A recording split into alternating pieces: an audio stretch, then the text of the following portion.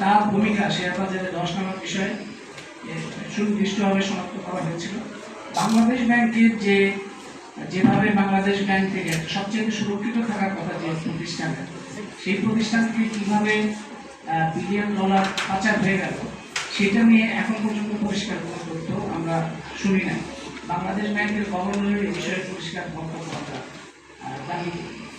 বিশ্বব্যাংক, IMF এবং ADB এই তিনটা প্রতিষ্ঠান সম্পর্কে সরকারের ভূমিকা এবং দৃষ্টিভঙ্গি আগের সরকারের মতোই আমরা দেখতে পাচ্ছি।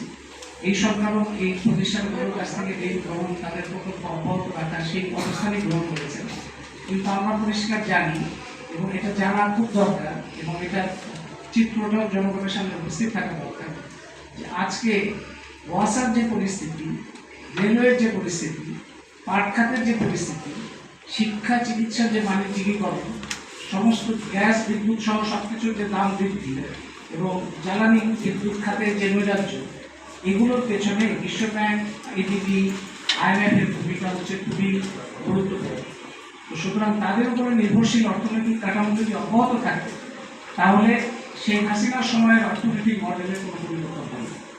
সুতরাং এই বিষয়ে তাদের উপরে নির্ভরশীল অর্থনৈতিক কাঠামো পরিবর্তন দরকার এবং এই প্রতিষ্ঠানগুলোর প্রকল্প নিয়ে যদি আমাদের জাতীয় ক্ষতি হয় তাহলে এই প্রতিষ্ঠানগুলোকে জবাবদিহির আওতায় আনা সেটা আমাদের দাবি ছিল। এটা আমরা আবারও আজকে পুনর্ব্যক্ত করছি, এই প্রতিষ্ঠানগুলোকেও জবাবদিহির আওতায় নিয়ে আসতে হবে। শিল্প শ্রমিক বিষয়ে আমাদের দাবি ছিল ন্যূনতম জাতীয় মজুরি ঘোষণা করতে হবে, শ্রমিক হত্যার বিচার করতে হবে এবং শ্রমিকদের বকেয়া মজুরি সহ সকল ন্যায্য দাবি পূরণে মালিকদেরকে বাধ্য করতে হবে, শ্রমিকদের উপর হামলা নির্যাতন বন্ধ করতে হবে, অবাধ শ্রমিক ইউনিয়নের অধিকার নিশ্চিত করতে হবে, শিল্প পুলিশ বাতিল করতে হবে, চাকরিচ্যুত শ্রমিকদের পুনর্নিয়োগ করতে হবে, রানা প্লাজা, কাজরিন, হাসিম, ক্ষুদ্র কাঠামো সহ সকল শ্রমিক হত্যায় জড়িতদের বিচার সম্পন্ন করতে হবে, চা শ্রমিকদের ন্যূনতম দৈনিক মজুরি 500 টাকা নির্ধারণ করে প্রজ্ঞাপন জারি করতে হবে, চা শ্রমিক ও হরিজনদের বাসস্থানে ভূমির অধিকার নিশ্চিত করতে হবে। এই ক্ষেত্রে আমরা দেখতে পাচ্ছি যে ন্যূনতম জাতীয় মজুরি এখন পর্যন্ত ঘোষণা করা হয়নি। আমি জানি অন্তর্বর্তী সরকার অস্থায়ী সরকার এবং তারা অনেক কিছু করতে পারবে না, কিন্তু ন্যূনতম জাতীয় মজুরি ঘোষণা করা তাদের পক্ষে সম্ভব ছিল। এটা বিষয়ে তাদের উদ্যোগ আমরা আশা করি।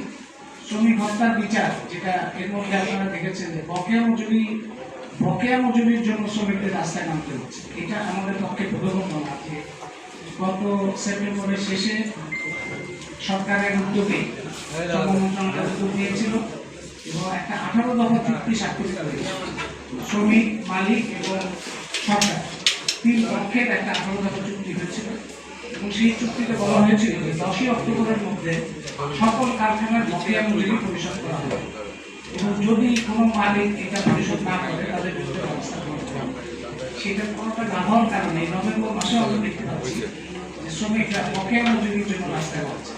আপনারা